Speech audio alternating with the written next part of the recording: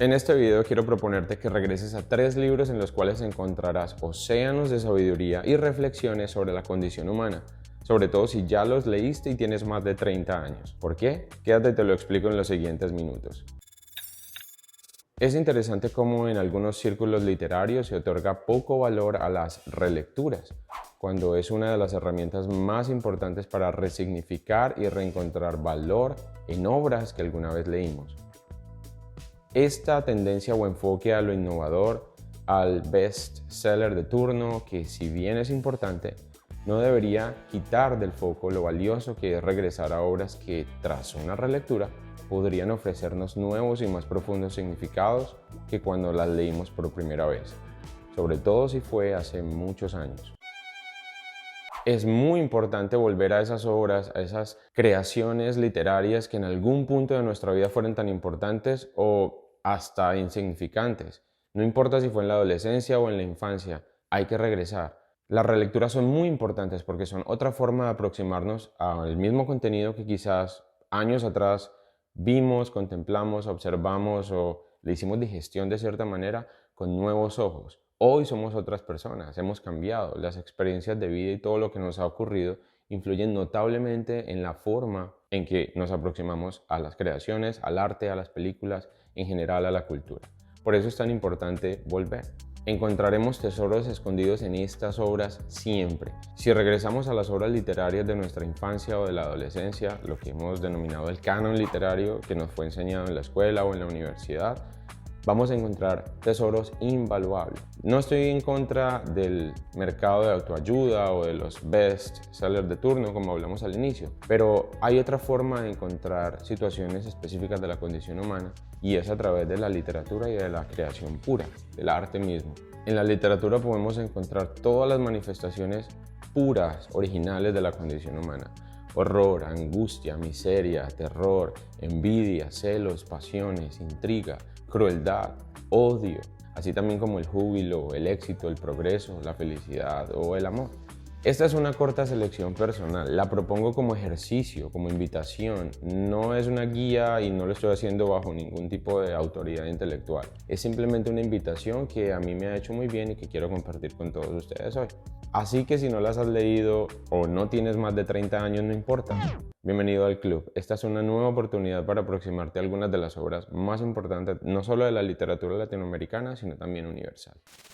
Muy bien, en nuestra selección vamos a empezar con La invención de Morel de Adolfo Bioy Casares. Esto es un clásico de la literatura latinoamericana. Es considerada, si no la primera, una de las primeras novelas de ciencia ficción escritas en español. De esta obra hay mucho para decir, no solo como tal de la creación artística, sino también del autor, que fue amigo íntimo del maestro Jorge Luis Borges y se casó con una de las hermanas Ocampo, Silvina. También son muy conocidos sus relatos fantásticos, particularmente En memoria de Paulina es uno de los que más me gusta y pues influyó notablemente en la forma en que me aproximé a literaturas latinoamericanas posteriores, particularmente en Argentina. Como dato anecdótico, podemos decir que esta novela influyó en la creación de la serie Lost. La leí cuando tenía 19 años. Llegué a ella por comentarios y anotaciones precisamente de Borges en otros de sus textos. Me impresionó porque fue la primera vez que me aproximé a una obra fantástica entre la ciencia ficción como tal y la realidad un poco más aterrizada en mi propio idioma, en español. No había leído nada similar antes, así que tal vez por eso me marcó tanto y es para mí un libro de cabecera en estos asuntos relacionados con la ciencia ficción blanda al menos. Tuve que volver a esta novela cuando tenía aproximadamente 30 años de edad por cuestiones laborales, haciendo una revisión específica y trabajando con algunos de mis estudiantes, así que en esa relectura fue donde encontré muchísimos más tesoros de los que hallé la primera vez, casi 10 años atrás. El argumento es muy simple y quizás lo recuerdas. Un fugitivo se esconde en una isla de la cual no sabemos mucho su ubicación, al menos no la ubicación exacta. Y en la isla haya unos habitantes que tienen unos comportamientos bastante extraños. Unas veces están en algunos de los edificios, otras veces están en la playa. Y en la interacción observando estos extraños habitantes se da cuenta de que un científico llamado Morel ha creado una máquina que tiene un impacto importante en los asuntos que se están desarrollando en la isla. Si no la has leído no quiero adelantarme más, así que más o menos ese es el argumento. En general, tras una relectura podemos encontrar relaciones mucho más profundas entre el protagonista y Faustine, que es uno de los personajes principales. Estas nuevas reflexiones se acercarían un poquito más hacia precisamente dos elementos que son los que yo he rescatado desde mi relectura personal. Uno es la inmortalidad y el temor a la muerte como tal. Lo que más me tocó profundamente de esta novela fue precisamente esa invitación a pensar constantemente no solo en que nos vamos a morir y que no lo podemos evitar, sino la manera en que podemos dejar un legado o que algo de lo que somos en el presente perviva, subsista, se extienda en el futuro y quede como una especie de huella o de marca para otros. La Invención de Morel es una de nuestras más valiosas novelas hispanoamericanas. No se puede reducir simplemente a lo anecdótico porque fue amigo de Borges o porque vivió en un momento específico donde la literatura contemporánea hizo boom. No, La Invención de Morel es un hito. La segunda obra que merece una relectura y que te va a abrir nuevas puertas a reflexiones más profundas es un clásico universal, El viejo y el mar de Ernest Hemingway. Cualquier intención de explorar este pequeño relato se quedaría corto, agotaría videos de horas de duración, así que no va a ser mi intención en este momento. Es en sí mismo una gran analogía de la vida. Esta novela fue publicada en 1951 y el autor recibió 2 o 3 años después de esto, como en el 53 o el 54, el premio Pulitzer, así como el Nobel de Literatura. Así que aquí estamos frente a uno de los grandes titanes de la literatura, un trotamundos que vivió de la escritura, sobrevivió a diferentes guerras y puso siempre al frente de absolutamente todo su temperamento y su particular personalidad. En general, en este relato tenemos a Santiago, su protagonista, un viejo pescador que ha tenido una mala racha y que ahora está intentando simplemente regresar de nuevo al mar y tratar de encontrar algo, hacer una buena temporada de pesca. Ignora por completo que se va a enfrentar a su última gran aventura y quizás a la más importante de toda su vida. Durante 3 días y luego de pescar un gran marlin o pez vela, trata de luchar en contra de todas las circunstancias que tiene alrededor para regresar a tierra firme con su premio. Pero no me adelanto más por si no lo has leído y te acerques a todo ese desarrollo filosófico, humano y muy profundo que durante esos largos 3 días en alta mar Santiago debe enfrentar para poder conquistar, o al menos intentarlo, su día de pesca. El viejo y el mar lo leí como tarea de colegio cuando tenía como unos 15 años. Para ese entonces apenas exploré algunas de sus propuestas más profundas. Volví a leerlo hace aproximadamente unos 5 años durante unas vacaciones y puedo decir que me lo devoré prácticamente en 2 o 3 días y quedé con toneladas de preguntas, muchas más de las que de pronto se estimularon hace aproximadamente 20 años o más. Al mismo tiempo me llené de ideas sobre la vida, nuevas reflexiones y pues no se trata de encontrar moralejas, esa no es la función propia de la literatura. Pero claro que al conocer este tipo de expresiones de vida, situaciones, condiciones específicas de los personajes que se traducen, podemos hallar nuestras propias moralejas o llegar a nuestras propias conclusiones. Particularmente en El viejo del mar encontramos que la paciencia y el valor de hacer el trabajo bien hecho son las más representativas. No sobra decir que Santiago es como una especie de idealización o representante de lo que promovemos aquí en Fin del Mundo y Santiago es un verdadero sobreviviente. Antes de continuar con la última obra, quiero recordarte que aquí en nuestro canal tenemos muchos más contenidos relacionados con estas aproximaciones a la condición humana desde diferentes enfoques. Así que, si te gustan estos temas, vendría muy bien un like para que podamos llegar a una mayor audiencia. Que te suscribas para que sigamos creciendo como comunidad y que compartas con otros sobrevivientes el contenido que te guste.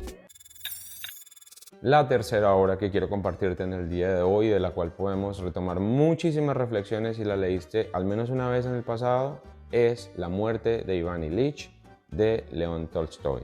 Creo que el autor es uno de esos que difícilmente necesita presentación, padre de la literatura rusa y gran pensador que ha influenciado notablemente junto a Chekhov y Dostoyevsky gran parte de la producción literaria, artística y cultural de todo el siglo pasado y continuará haciéndolo porque hace parte del canon. La muerte de Iván Ilich siempre estuvo en mi casa, en un compendio de pequeños relatos de León Tolstoy que al mismo tiempo contenía El padre Sergio y Los cosacos. No fue hasta los años de universidad, mientras estudiaba literatura, que la desempolvé y me di a la tarea de leerla. El argumento es bastante simple, pero el entramado y todo lo que se origina de esta historia es muy, pero muy complejo y profundo. Se ocupa principalmente de las reflexiones de un hombre moribundo. Este hombre ha sido un juez provincial y ahora padece dolores físicos terribles que al mismo tiempo lo llevan a pensar y cuestionarse sobre si su vida fue bien vivida o no. Aquí podemos entonces revisar en una relectura aspectos que determinan lo que hacemos a diario, nuestro propósito en sí mismo, nuestro propósito de vida. Y si no tenemos todavía uno, pues la manera entonces en que vamos a empezar a buscarlo, encontrarlo y empezar a darle sentido a todo lo que estamos haciendo. ¿Por qué nos levantamos cada mañana? ¿Para qué? El valor de la vida, el arrepentimiento y la idea de hacer las cosas hoy para mañana no arrepentirnos de aquello que no hicimos es una de las sugerencias que este libro o esta pequeña obra deja entre líneas. Así como revisar muy bien cada uno de nuestros actos. Esa idea socrática de examinar nuestra propia vida, que precisamente es lo que nos invita a pensar diariamente si vale la pena ser vivida o no. Así que en última se trata de que no nos coja la muerte afanados por pensar si ha valido la pena vivir, sino que ese momento llegue y estemos en paz con nosotros mismos de la mejor manera posible.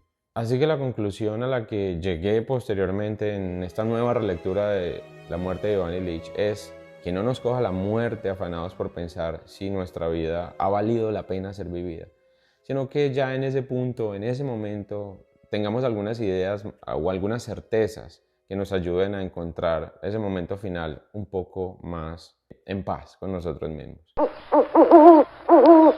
Así que muy bien, ahí está. 3 obras que espero despierten tu curiosidad y pues ya sea para leerlas por primera vez o para regresar a ellas y encontrar esas perlas de sabiduría, esos tesoros ocultos que solo tú desde tus propias experiencias personales quizás puedes hallar porque todos somos diferentes. Muy bien, ahora solo quiero que compartas en los comentarios, escribas por favor cuáles son para ti esas obras, esos regresos felices que tienes siempre, esas novelas o relatos a los que siempre vuelves porque son una fuente inagotable de sabiduría o entretenimiento, o simplemente vuelves a ellos porque te gustan. Mi lista es larga, me gustaría conocer la tuya. Al mismo tiempo cuéntame cuáles obras, relatos, novelas, etcétera, te gustaría yo reseñara o me aproximara en este canal. Desde una revisión crítica hasta simplemente una valoración. Como lo veo, solo tenemos 2 opciones: sobrevivir al fin del mundo o esforzarnos por tratar de evitarlo. Como siempre, yo me quedo con la segunda. Aquí te dejo un video sobre la obra The One Thing, muy valioso para revisar 3 mentiras en las que creemos frecuentemente. Y aquí mi documental, el último que hice sobre el gran reinicio o The Great Reset, que definitivamente no puedes dejar de ver si te interesa toda la actualidad sociopolítica de lo que estamos siendo protagonistas en este momento. Nos vemos en el próximo video. Gracias por estar aquí. Chao.